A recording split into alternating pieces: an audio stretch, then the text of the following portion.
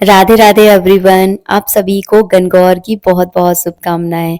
मैं गणगौर की कैसे पूजा करती हूँ इस वीडियो में आप सबके साथ शेयर कर रही हूँ। तो गणगौर वाले दिन सुबह आपको पूजा करनी है।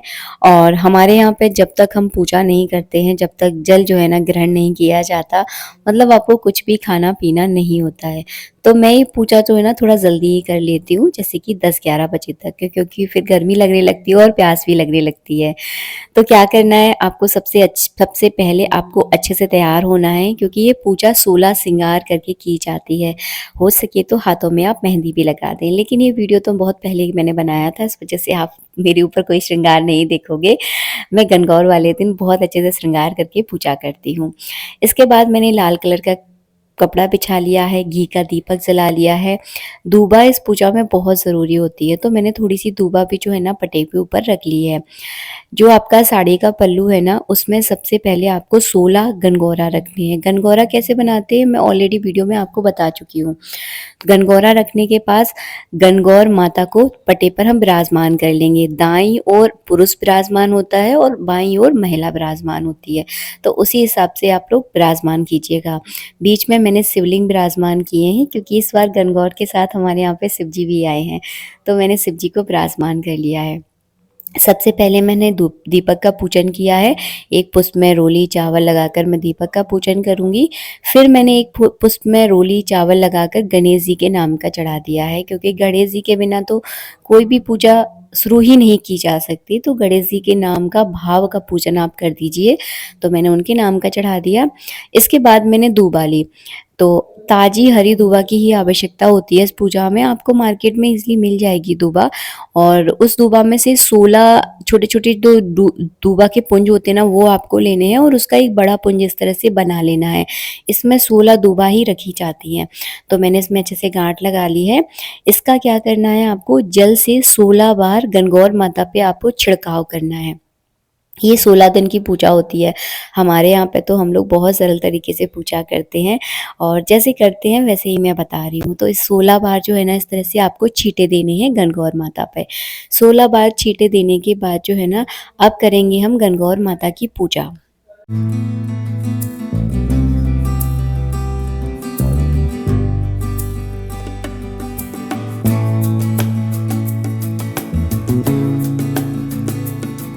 कुमकुम चंदन से मैंने तिलक कर दिया है।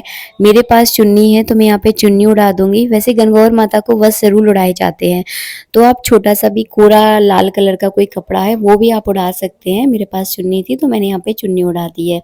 इसके बाद जो है ना, हम क्या करेंगे, गणगौर माता के गणगौरा रखेंगे। तो 16 मीठे गणगौरा माता के गणगौरा जो है ना, उनके पटे पर ऊपर रखे जाते हैं। 16 मैंने अपने पल्लू में रख लिए थे और 16 मैं गणगौर माता के पास रख दूंगी। तो आपको गिन के रखनी है, 16 ही रखे जाते हैं। तो 16 गणगौरा मैंने गिन लिए थे और पटे पर रख दिए, और 16 गणगौरा मैं दान के लिए निकाल दूंगी। इसीलिए मैंने वीडियो में कहा था कि गणगौरा थोड़ा ज़्यादा बनाइएगा, ताकि दान के लिए और गणगौर माता के लिए और अपनी झोली में डालने के लिए आप बना सकें। तो इस तरह से जो है ना रखे जाते हैं। खाली झोली कभी पूजा नहीं की जाती, इसलिए इसे ना अपने पल्लू में रखना बहुत ज़रूरी है। और ये मैंने दान के लिए निकाल दिए। इन्हें मैं अपनी सास को, ननंद को, आपके जो भी मानदान है उनको आप जो है ना दान के लिए निकाल दें। इसके बाद जो है ना, हम यहाँ पे शिव जी की भी पूजा कर देंगे। तो मैंने चंदन चावल लगाकर शिव जी का भी यहाँ पे पूजन कर दिया है। पुष्प हो तो पुष्प चढ़ा दीजिए। इसके बाद ये है श्रृंगार का सामान, जिसमें सारी सामग्री है जो श्रृंगार के लिए आवश्यक होती है। तो हम क्या करेंगे, एक सफ़ेद कलर का पेपर लेंगे। अगर आपके पास सफ़ेद कलर का पेपर नहीं है, तो आप सफ़ेद कलर का कपड़ा भी ले सकते हैं, लेकिन सफ़ेद कलर का ही लिया जाता है। उस पर सुहाग की 16 टिपकियाँ रखी जाती हैं। सबसे पहले मैं यहाँ रोली की टिपकी रखूँगी, उसके बाद मैं मेहंदी की, काजल की, हल्दी की और महावर की। तो इस तरह से 5 टिपकियाँ हो जाएंगी और 16 बार आपको लगानी होंगी।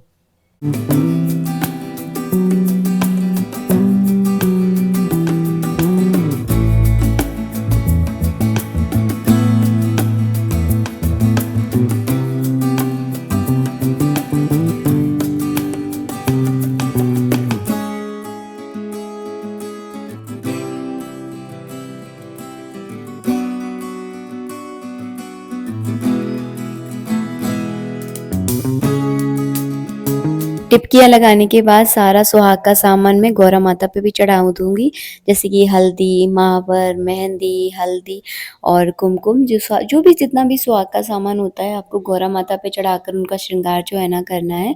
तो मेरे पास जो भी था चूड़ी, महावर, मेहंदी सब जो है ना मैंने चढ़ा दिया। इसके बाद लास्ट में जो है ना मैं आईना दिखा दूँगी। तो इस तरह से जो है ना सुहाग अर्पित करना इस पूजा में बहुत ज़रूरी है और ये पूजा जो है ना सुहाग की ही पूजा मानी जाती है। इसके बाद मैं दक्षिणा चढ़ा दूँगी, पूजा में कोई कमी पेशी अगर रह गई हो तो दक्षिणा उसकी पूर्ति कर दे। इस दक्षिणा को बाद में दान किया जाता है। एक काँसे का मैंने कटोरा ले लिया है, इसमें मैं कच्चा दूध डालूँगी और थोड़ा-सा मैंने इसमें जल डाल दिया है। इसके बाद इसमें जो है ना एक एक कॉइन डाला जाता है और हल्दी भी डाली जाती है। अगर आपके पास चांदी की अंगूठी है तो वो भी डाल सकते हैं, मैंने सिक्का डाल दिया, सिक्का नॉर्मली सबके पास होता है इसीलिए। इसके बाद आपको क्या करना है, आपको दूबा लेनी है। तो जो 16 वाली हमने दूबा बनाई थी ना, इसी दूबा से क्या करना है, अपने ऊपर आपको छींटे देने हैं। सबसे पहले आपको गौरा माता के सुहाग जो हमने उनको अर्पित कराया है ना, उस सुहाग के ऊपर छींटे दिए जाते हैं 16 बार। जैसे कि आपने माँग भरी तो माँग के ऊपर 16 छींटे, चूड़ी पहनाई तो चूड़ी के ऊपर 16 छींटे, वही भाव से आपको देना है। फिर उसके बाद अपने सुहाग पर आपको 16 छींटे देना है। जैसे कि मैं अपनी चूड़ी पर, अपने पल्लू पर, अपनी माँग पर, अपने मंगलसूत्र पर, तो 16 बार जो है ना 16 जगह आपको छींटे देना है, 16-16 बार। छींटे देने के बाद हम भोग लगाएँगे, तो मैंने यहाँ पे हवन में अग्नि प्रज्वलित कर ली है। थोड़ा-सा इसमें घी डाल दीजिए। इसके बाद आपको जो हमने गनगौरा बनाए थे, वही मीठे गनगौरा का जो है ना इसमें भोग लगता है। कहते हैं कि अग्नि में जब हम किसी भी चीज़ का भोग लगाते हैं, तो जिस भी देवी-देवता के नाम का हम भोग लगा रहे हैं, ये भोग जो है ना उन तक पहुँच जाता है। तो मैंने यहाँ पे मीठे गनगौरा का छोटे-छोटे टुकड़े करके आपको 5 बार जो है ना इस तरह से भोग लगा देना है और लास्ट में आपको जल का अर्घ दे देना है। या फिर आप इस तरह से घी भी जो है ना पिला सकते हैं, जैसे मैं इस वीडियो में दिखा रही हूँ। तो इस तरह से जो है ना भोग लगाया जाता है। अगर आप हवन नहीं करना चाहते तो डायरेक्ट गनगौरा चढ़ाकर भी आप भोग लगा सकते हैं, वो आपकी मर्ज़ी है, आपको जैसे सही लगे आपके लिए ईज़ी रहे उस हिसाब से आप कर सकते हैं। हम दोनों तरीके से कर लेते हैं, लेकिन अग्नि वाला थोड़ा-सा एक होता है ना सैटिस्फैक्शन वाला कि हाँ, मतलब अग्नि में भोग लगा दिया, इसलिए जो है ना हम इस तरह से लगाना पसंद करते हैं। भोग लगाने के बाद हम कथा सुनेंगे, तो मैंने अपने सीधे हाथ में एक दूबा, एक गनगौरा और आपके सामर्थ्य के अनुसार जितनी आपके पास दक्षिणा हो, मतलब 11-21 रुपए अपने हाथ में दक्षिणा लेकर जो है ना आपको पूरी कथा पढ़नी है और जैसे ही कथा समाप्त हो जाए तो आपके हाथ में दूबा, गनगौरा और पैसे हैं ना वो आपको गणगौर माता पर अर्पित कर देने हैं। तो इस तरह से आपको कथा पढ़नी है। शंकर पार्वती की ये कथा है, तो आपको पता चलेगा कि ये व्रत क्यों किया जाता है, इसमें पूजा का क्या महत्व है, सब कुछ आपको पता चल जाएगा।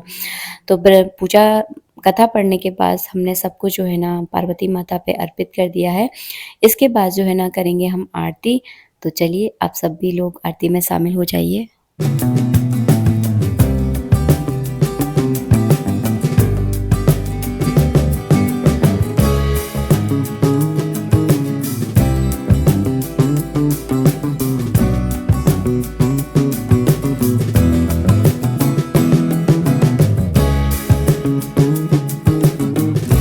आरती करने के बाद जो है ना जल का अर्घ दिया है, इसके बाद गौरा माता को जल पिलाया जाता है। तो अगर आपने इसमें चांदी की अंगूठी डाली है तो उससे पानी पिला दीजिए, हम लोग तो इस सिक्के से भी पिला देते हैं। तो क्या करना है, सिक्के से जो है ना इस तरह से गणगौर माता को जो है ना आपको जल पिलाना है, जैसे मैं इस वीडियो में आपको दिखा रही हूँ। इसमें तो भी कुछ लोग इसमें दूबा भी डालते हैं, कुछ लोग नहीं भी डालते हैं, तो हम लोग तो सिंपल तरीके से पिला देते हैं। पानी आपको पिलाना है और पानी पिलाने के बाद आप खुद को भी पानी पीना है, क्योंकि हमारे यहाँ पे जब तक हम लोग पूजा नहीं करते हैं तब तक जल नहीं पीते हैं। तो आपको किस तरह से जल पीना है, चलिए मैं आपको दिखाती हूँ। अपने सीधे हाथ में आपको थोड़ा-सा गनगौरा रखना है, बहुत ज़्यादा बड़ा मत रख लीजिए वरना गले में अटक जाएगा, तो छोटा-सा टुकड़ा रखना है। इसके बाद बस इसमें थोड़ी-सी आपको दूबा रखनी है और थोड़ा-सा जल डालकर जो है ना इस तरह को इसको लील लेना है, चबाना नहीं है, बिल्कुल इस तरह से इसको जल लील लेना है सीधे हाथ में डाल के, बस इस तरह से जल ग्रहण किया जाता है। और इसके बाद जो है ना आप फिर कुछ भी खा पी सकते हैं, हम लोग तो कुछ भी खा पी लेते हैं, ऐसा नहीं है कि व्रत करना है, जब तक पूजा नहीं करनी तब तक जल नहीं पिया जाता।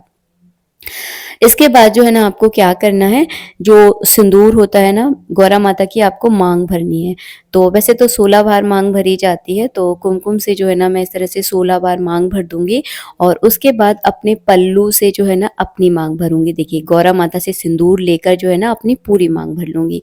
तो इस तरह से आप सिंदूर ज़रूर लीजिएगा, सिंदूर लेने का बहुत महत्व है, सिंदूर आपको ज़रूर लेना है। इसके बाद बस शाम के समय गणगौर माता को विदा किया जाता है। उसके बाद ये सुहाग का सामान आप चाहें तो प्रसाद के रूप में आप खुद भी रख सकते हैं, क्योंकि आपने गौरा माता पे चढ़ा दिया है, तो आप भी रख लीजिए, कोई दिक्कत नहीं है। इसके बाद जो हमारे गणगौर माता के जो गणगौरा होते हैं, वो आप किसी कन्या को दे दें और जो दान के लिए निकाले हैं, वो आप अपनी सास ननद को या आप अपने किसी मानधान को दे दें। उसके बाद पूरी चौकी आप हटा सकते हैं। जो दूध वाला जल है, इसका क्या करना है, इसको जो है ना अपने आंगन में जो है ना चारों तरफ घूमकर अर्घ दिया जाता है। तो इसको अर्घ दे दे, अगर आपके यहाँ अर्घ नहीं दिया जाता है तो आप किसी पेड़ वृक्ष में भी इसको डाल सकते हैं, कोई दिक्कत नहीं, क्योंकि हर घर की हर जगह की अपनी एक परंपरा होती है राज्य। और हमारे यहाँ तो हम लोग इसी सरल विधि से जो है ना पूजा करते हैं। आशा करती हूँ आपको वीडियो अच्छा लगा होगा। वीडियो पसंद आया है तो प्लीज़ वीडियो को लाइक कीजिएगा। मिलेंगे नेक्स्ट वीडियो में, जब तक के लिए राधे राधे, जय श्री राधे।